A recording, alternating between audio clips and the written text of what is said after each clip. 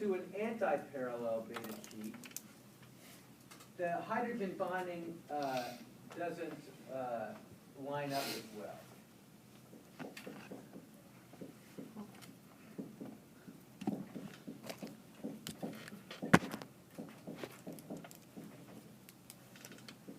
I'm guessing our test you'll want us to demonstrate that? Probably. Recognize, you'll be able to recognize it. Like if I show you a beta sheet, I won't necessarily have you draw it out, but if I show you one, they show you a parallel one versus an anti-parallel one, you'll be able to differentiate.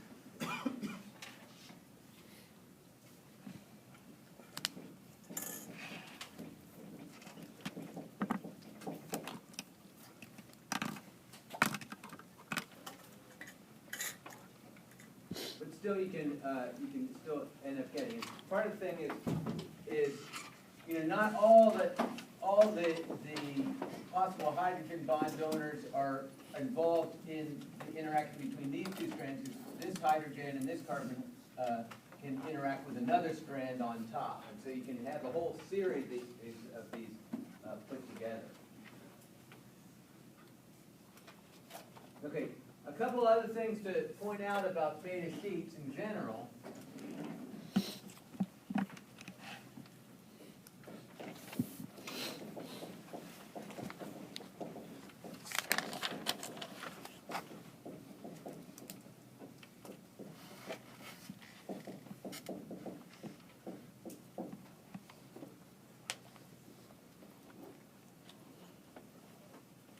Is one that our stabilizing forces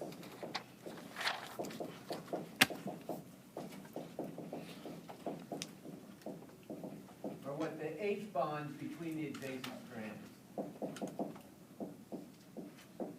Again, just like the alpha helix, the main stabilizing force there was the hydrogen bond between an amino acid 4 amino acids away up the helix.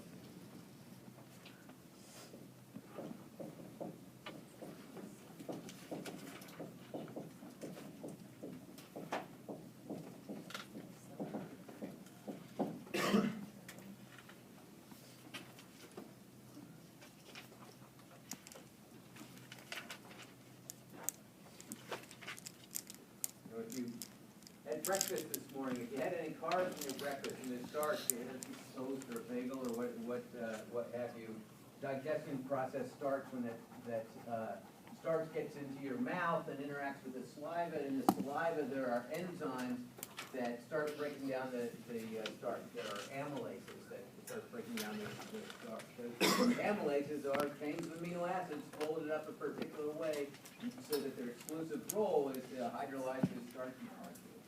If you add any protein, you get down to your gut, there's the proteases in there. Another chain of amino acids folded up in a particular way just to be able to hydrolyze the amino acids, your dietary proteins, so you can absorb those amino acids into your substrate.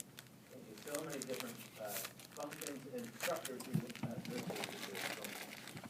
Okay, stabilizing forces. The other thing I wanted to mention is that these typically extend, not that long, typically extend 6 residues.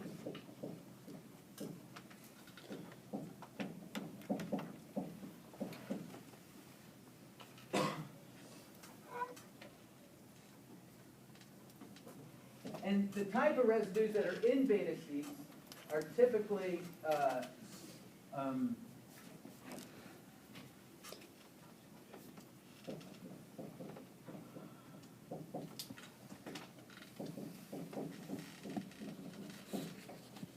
they're typically small side chains.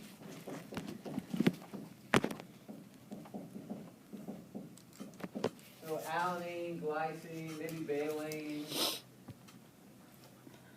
serine.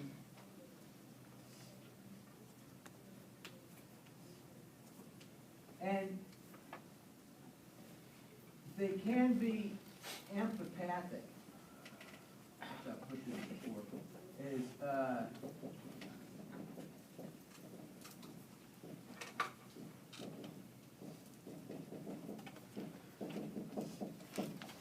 So one of the things that's hard in both of these structures that we drew out here is the R groups the R groups actually alternate extending out towards you and out behind the board, okay? And so, so you can have one of those sides, you might have all hydrophobic residues, and the other one might be hydrophilic residues. So you might have one edge of the beta sheet interacting with a membrane or interacting with another protein in a hydrophobic manner, and the other side, you know, having some totally different different chemistry going on.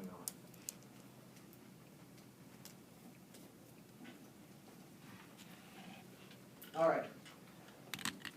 So we're talking about different secondary structures, and certainly the ones that we just talked about, the alpha helix and beta sheet, probably account for, I don't know, 70 to 80% of this of a particular protein structure. But there are some other structural elements, and there's sort of some more rare helical structures. We'll review those. So let's see, in my notes I had, you know, A was alpha helices, B was beta sheets, and C is now other helices.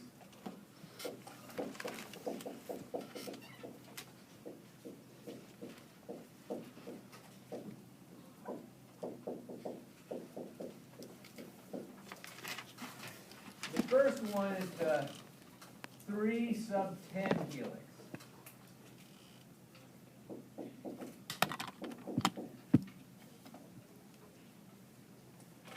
And this is basically it's a right-handed helix, okay? But it's more compact, it's skinnier, it's more extended. It's like somebody took an alpha helix and kind of pulled it on the end and made it twist more narrowly. So, and often these are actually found towards the end of alpha helices.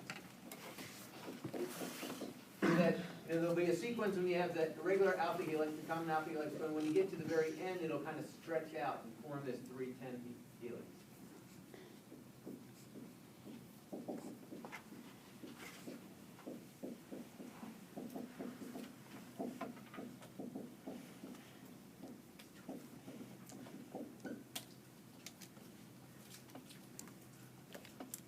Okay, and like an alpha helix, it's right-handed.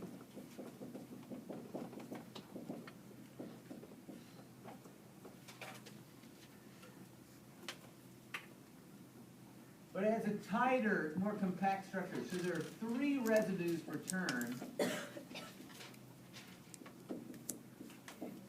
Versus if you remember, the alpha helix had 3.6 residues.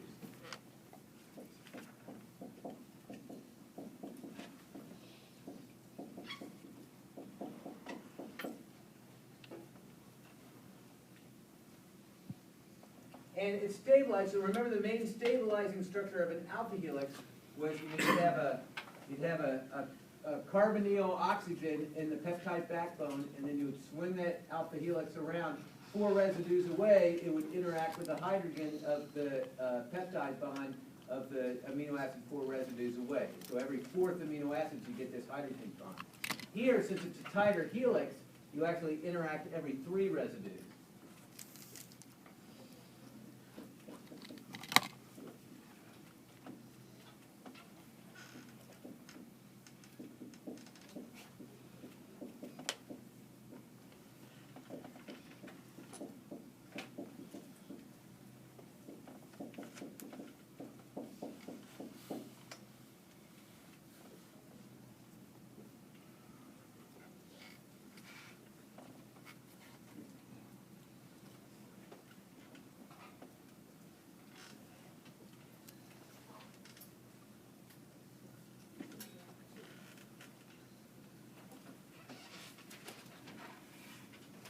Now, the other one, I'd say, is even more rare.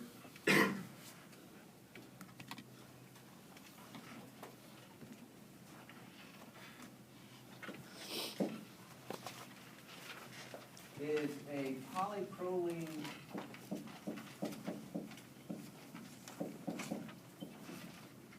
helix, and there's a polyproline 1 and polyproline 2. The more common, even though it's rare, is a polyproline 2 helix.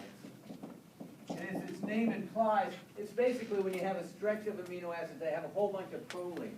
Now, if you remember, prolines were actually known as helix breakers. They're highly unfavored in alpha helices. You really don't, you don't see a proline in regular alpha helices.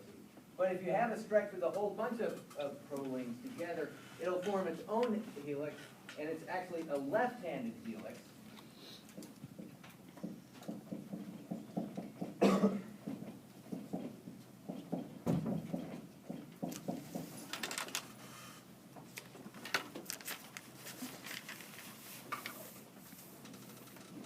And again, what you tend to have is at least 30%. So a third of the residues are prolines. And most of the others are glycine. Again, that's the funky one with the only H is a side chain, so it has a lot of conformational flexibility. A lot of possible phi-psi angles are glycine and a few other residues.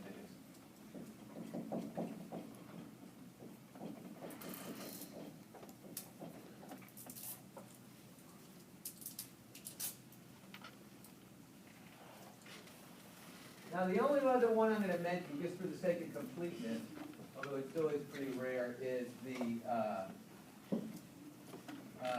a left-handed alpha helix.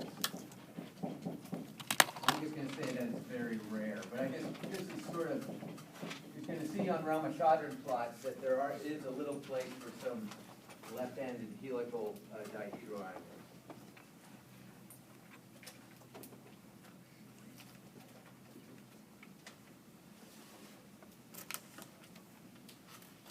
All right, let's take a get some pictures of this thing.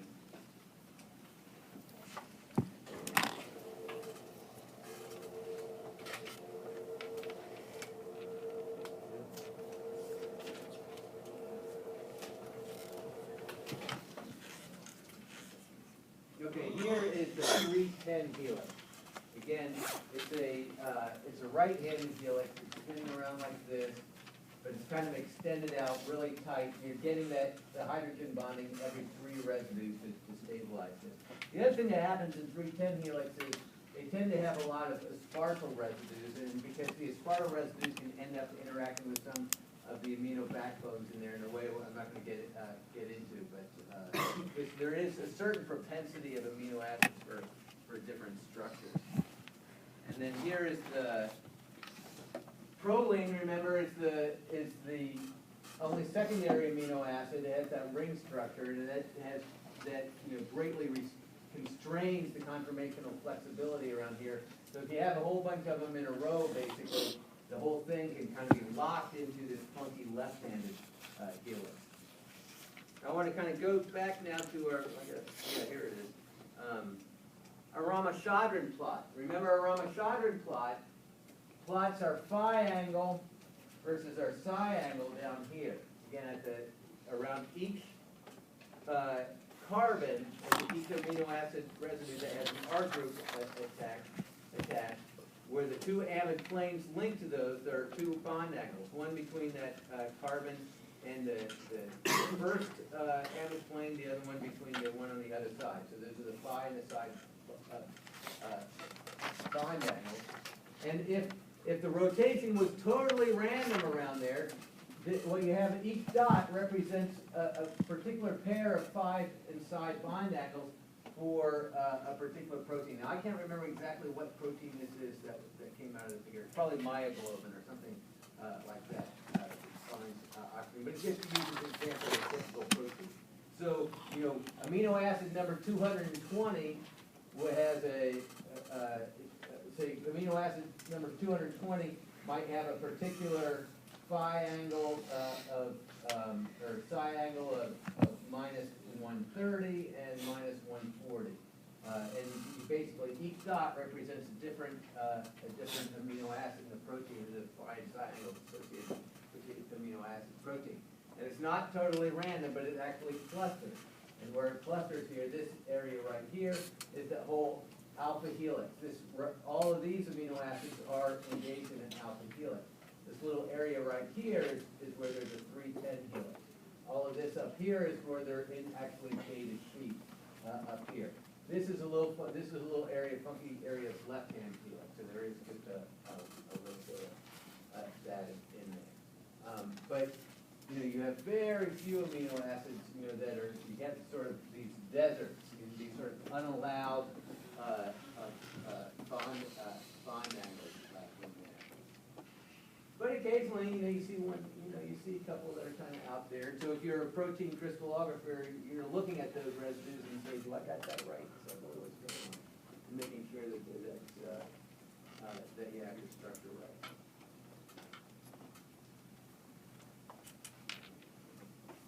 All right. Now we have these secondary structural elements.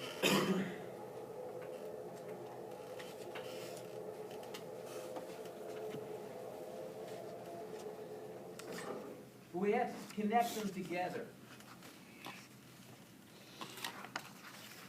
And so there are other sort of common loops and turns that connect these secondary structural elements together. So for example, if you have a beta sheet, here's our amino and here's our polypeptide chain, and it's linked and maybe we've got several strands. Each of these might be about 6 amino acids long, then it loops around, and then it kind of loops around. And so this would end up being an anti-parallel beta sheet because the directionality flips each time. You'd have the interaction going on here, and you have these different strands put together like so. Okay. So we talked about the interaction sort of between here and here, but what we didn't talk about is the turns. And so now what we want to talk about is some of these turns. Okay, and one of the most common ones is known as a beta turn.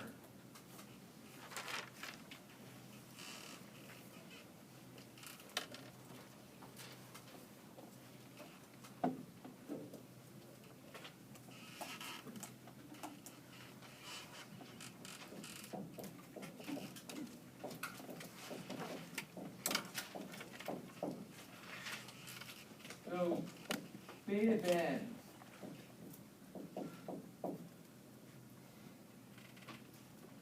And this is basically what you have is a 4 amino acid,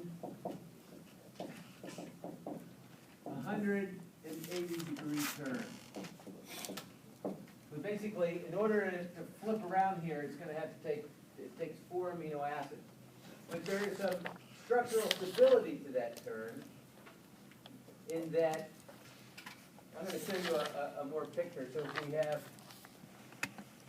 basically, here's our turn. We have amino acid 1, 2, 3, and 4 in here. That we basically end up getting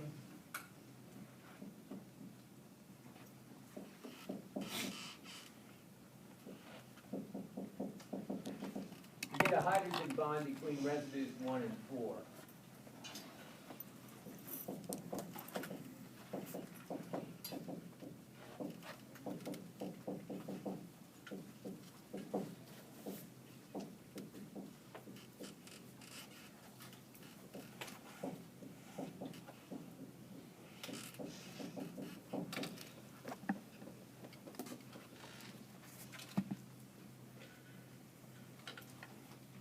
Everybody see that all right? One of the reasons you might be able to see that all right, or not, is because there are, there's one chain of amino acids that goes up and folds up in a particular way and has such characteristics that it could actually refract light. And that's the protein that's called crystalline, the protein in the lens of our eyeball. So just again, another example of taking these, the same 20 amino acids that make your fingernail, if you fold them up a little bit different way, it makes the lens of your eyeball. If those proteins start misfolding and not folding correctly and have aberrant structures, which happens over age, the proteins will lose their structure and get a mist, and then they no longer are as clear, and they get a little bit cloudy, and that's where you get cataracts from. It's basically the misfolding of the protein in the lens of your eye. An abnormal structure. All right, so beta bends. Stabilize between residue. What else do I want to talk about these? Oh, residue number 2 is often proline.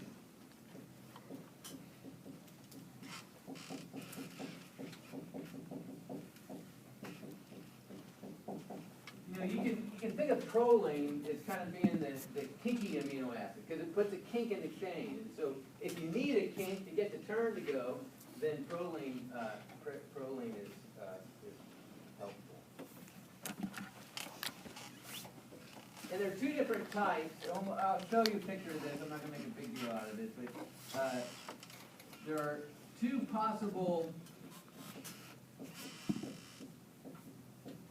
orientations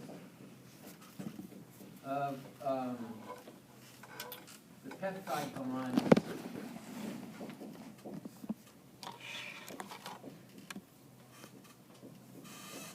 between residues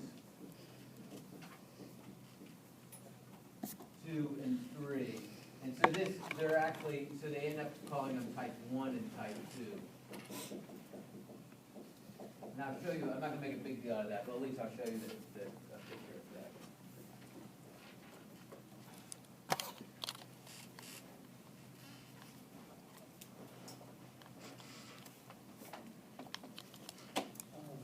Is it possible to have stabilization with Lewis forces? Not Lewis forces, London forces. No, I think the hydrogen bonding is going to provide, that's such a stronger force, that's really going to provide the higher.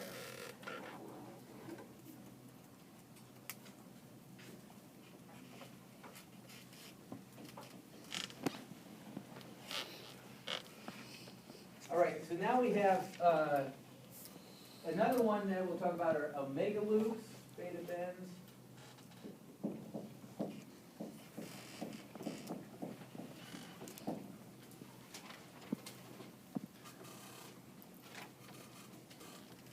These tend to be 6 to 16 residues. So when this is a nice compact turn, it's like, let's get around there pretty quick.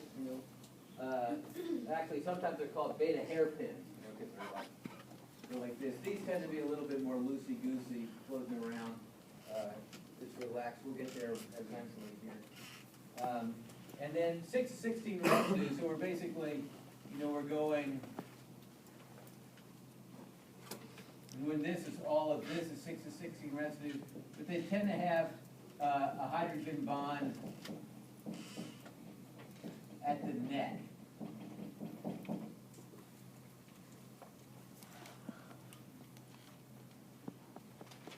And these are often found at the protein surface.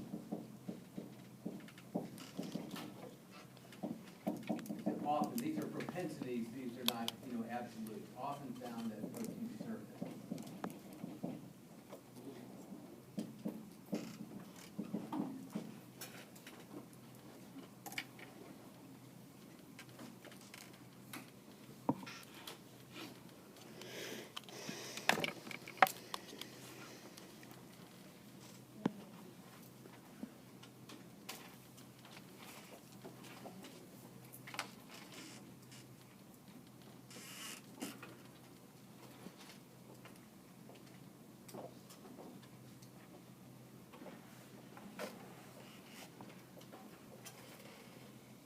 All right, let me show you a couple of pictures of those guys.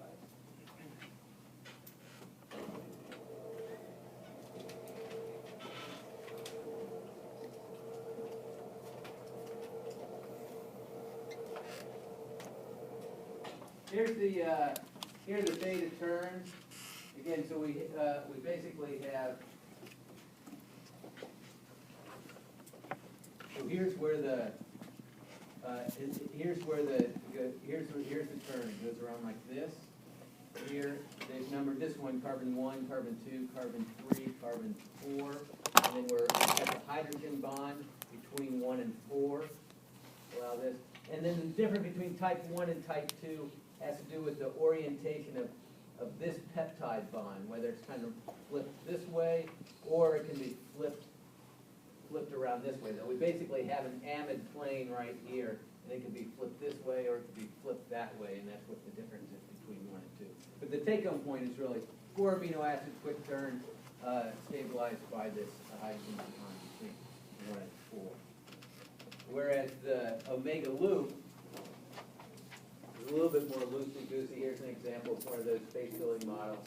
You know, and that this loop can be a variable size, but basically at the net here is where we're having our interaction, our hydrogen bonding that stabilizes as we push it around.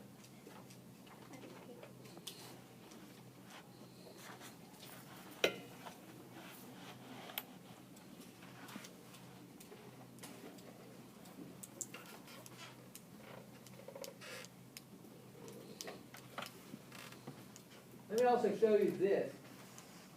So there are programs that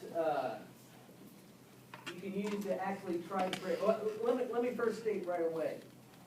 You would think that you might be able to take the primary sequence of amino acids, the sequence of the amino acids in the protein, and use that to actually predict its ultimate three-dimensional structure. Okay?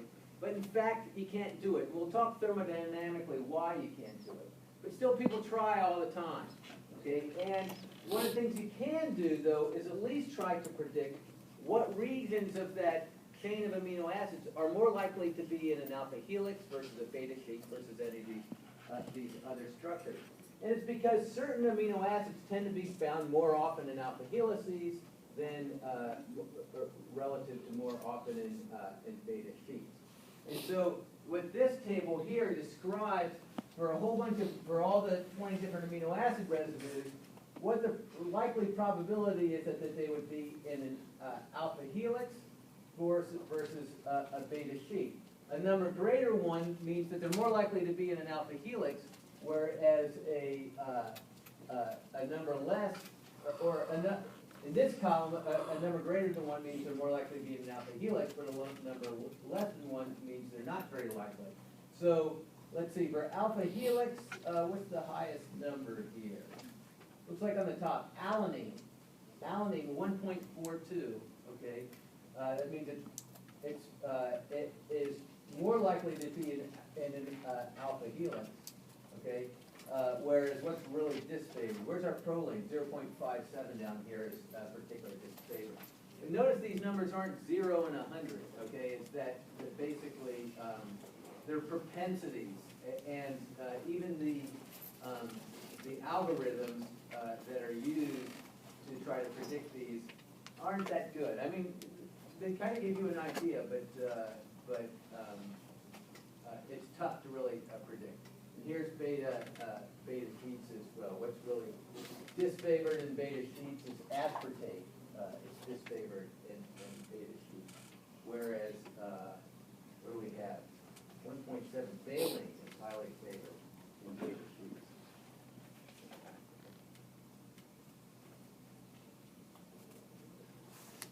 In terms of alpha and beta helices, so is the steric hindrance factor like ever more likely based on that? Yeah, so beta sheets tend to favor some of the smaller amino acid residues versus the bigger. The alpha helices, because the amino acid residues extend out away from the helical core, there's more room, so they have more diversity within there. The proline, because of its tendency to kind of put a kink in things, its conformational inflexibility is highly unfavored. All right.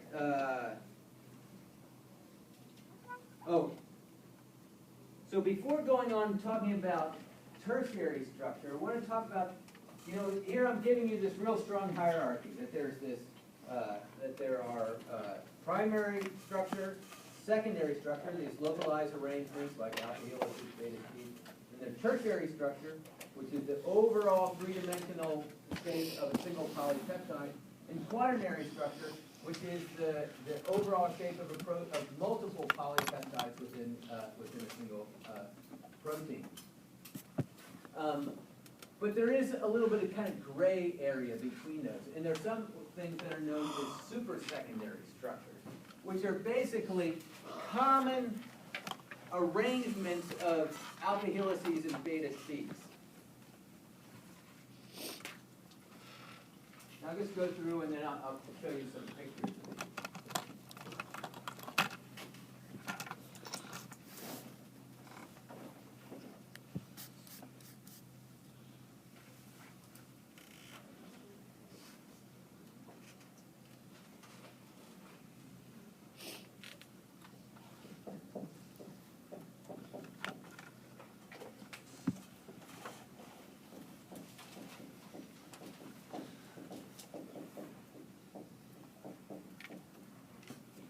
These are also known as motifs.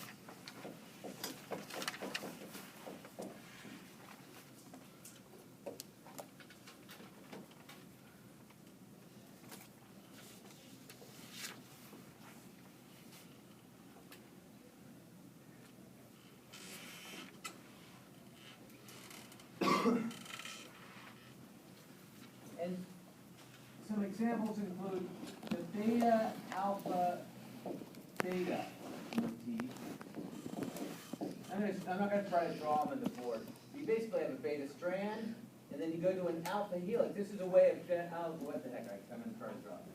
Basically, a beta strand, and then maybe going back behind the beta strand is an alpha helix, okay, and then you'll come back in another strand, and I'm showing it in 2 dimensions, but now these strands here can interact and form a beta sheet. It's a way of basically taking the beta strand from one end back to the other.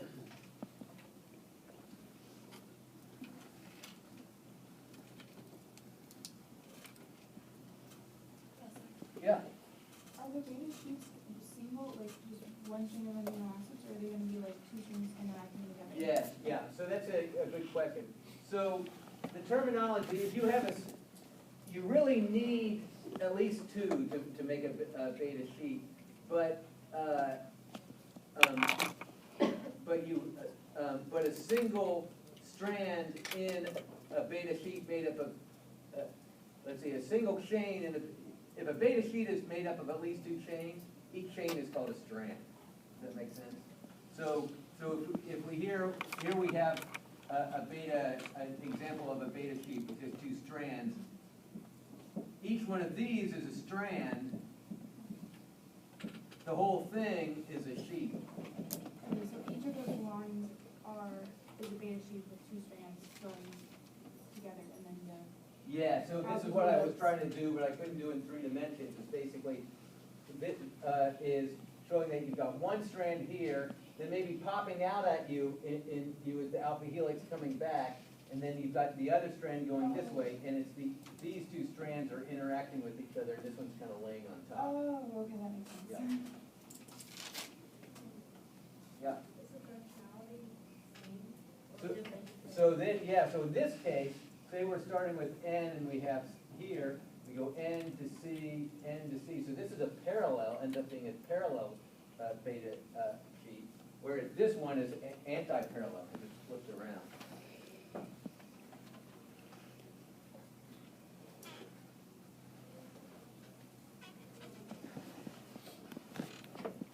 We might be starting N to C, N to C. So this is the way this one is anti-parallel.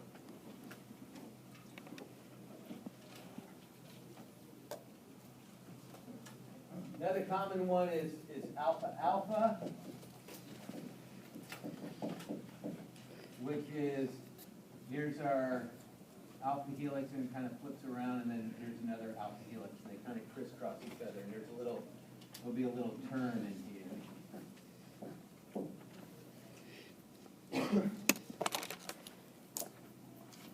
Another one, which I'm not going to try to draw, is called a Greek key.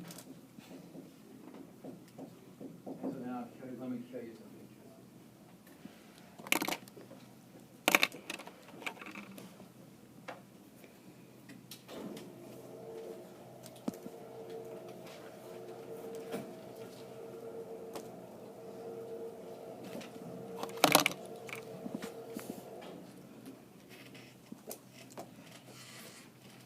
Okay, here's an example of a beta, alpha, beta motif. So here's the directionality of the one beta strand, and then it kind of maybe goes behind the screen. You have your little alpha helix there, and then you have the other strand, and then these two strands are interacting with each other. And this actually, let me introduce, this is known as a ribbon diagram. It's a way of describing these secondary structures. Whereas the beta strand is typically shown as a flat ribbon with an arrow indicating its directionality from end to end to C direction, and where then you basically see the ribbon coil in an alpha helix. And so that's a very common way of describing the structure. So that's beta, alpha, beta. But this is beta hairpin. That's basically what I was showing you before. We just go back and forth and back and forth. And you can get you're going to see, you can get relatively expensive. You know, it can go 6 or 7 of these around. And what's really cool is when you have what's known as a beta barrel. And in a beta barrel, the whole thing ends up kind of wrapping around and makes a barrel in there. You see those in some transmembrane proteins, and that barrel ends up being a hole that controls flux of different molecules through a membrane. Or sometimes what will happen is that within that beta barrel you have amino acids, and that'll provide a catalytic site for an enzyme. Then here's the alpha-alpha motif that's pretty common. So those are some other ones. Oh, here's the Greek key, again, beta strands. Here we basically have, you end up with a series of anti-parallel beta sheet here, but it's not just going back and forth like a beta hairpin, but it like goes up, back, up, big loop back around.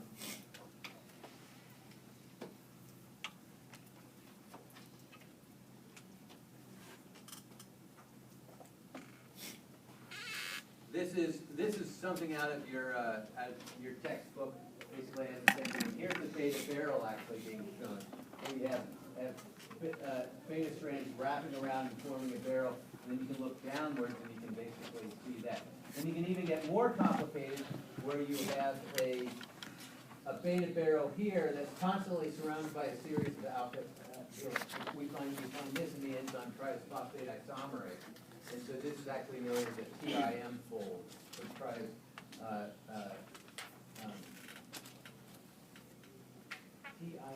triphosphate isomerase, TIM. I don't know, it's an abbreviation here. I can't remember now why TIM stands for triphosphate isomerase.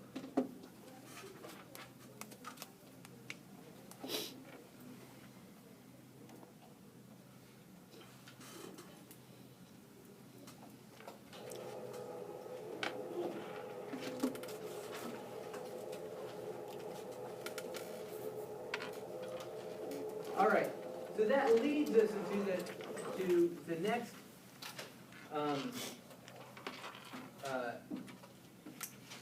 layer of, in the hierarchy, and that is tertiary structure. And what we'll go through, and you know what I think, I'm not going to go ahead and get into a lot of detail now about it, but basically what we're going to see is that we have major classifications of proteins that are all basically alpha helical proteins, mostly beta, sheet proteins, and then combinations of those. And then there's sort of some substructures in there. So we'll get into that on Monday, and I'll show you a lot of pretty pictures. The pictures are